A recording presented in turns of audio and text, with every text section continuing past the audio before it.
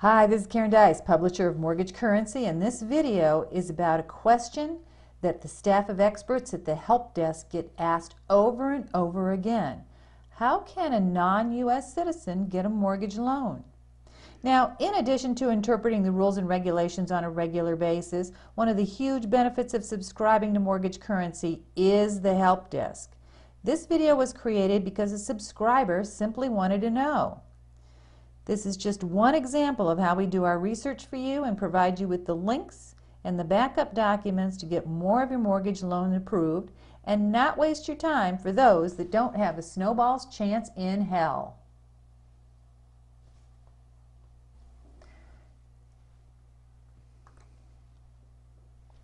Now, there are two types of non-citizens: permanent resident aliens who have a green card, which is usually blue in color.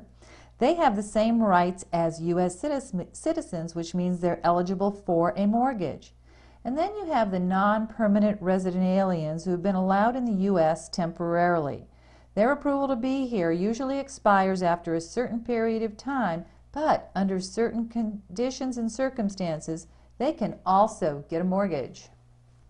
Now, on the back of the 1003, as you know, a borrower has to declare if they're a permanent resident alien, and there's special documentation that you have to include in the file. They're eligible for both conventional and FHA financing, and even under VA, if they're foreign military serving in a U.S. military, they may qualify as well. As you know, they must have a valid Social Security number. I'm sure you've seen this as well, a sample of a permanent resident alien card. However, what you don't see as often is an I-551 stamp. If they don't have a permanent resident alien card, they have this issued to them temporarily, and it can be used instead of a permanent resident alien card.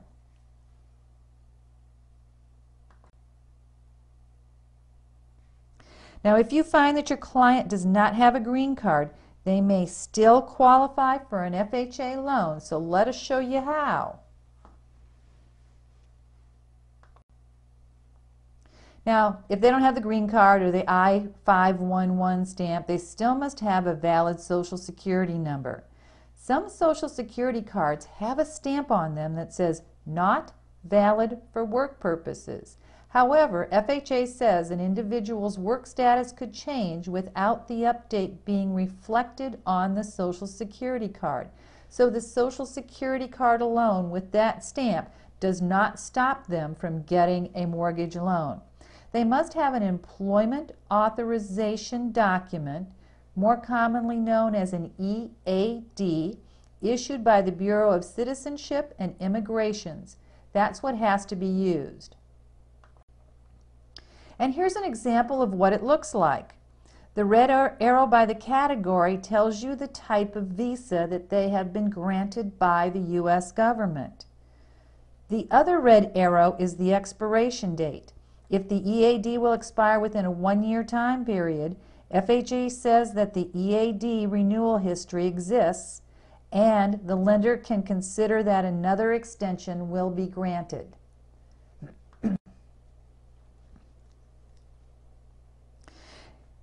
Now, this is a certain type of visa category list from the federal government.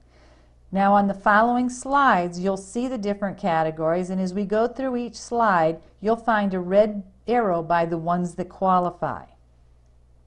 There's basically nothing on this slide.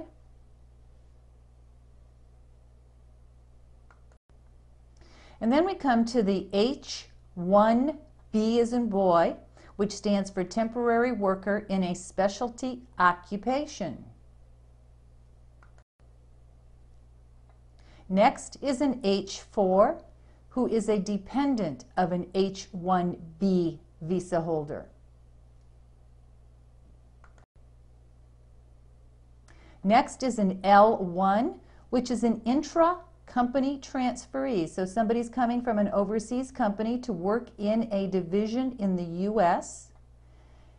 And an O-1, which stands for a person of extraordinary ability. I know that the type of visa descriptions that show up on this are not very clear on the PowerPoint presentation, so we're going to provide you with a free download so you have a reference of the types of visas that are available out there. Now here's a side-by-side comparison between Fannie and Freddie and FHA financing. FHA does have specific written rules in the 4155 HUD manual, including the ability to give loans to refugees and people who are under asylum in the U.S. They qualify for an FHA loan. Fannie and Freddie, in regards to the EAD, it's at the lender's discretion whether they're going to accept it or not, and they have no provision for asylum.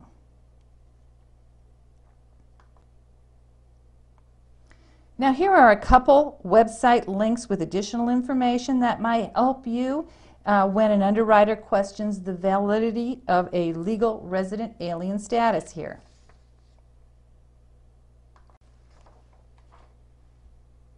And we've also created a Mortgage Talking Points flyer for your real estate agents. You can personalize and send it in the mail, use it at sales meetings, cut and paste it, email it to demonstrate that you are the mortgage expert when it comes to knowing the rules.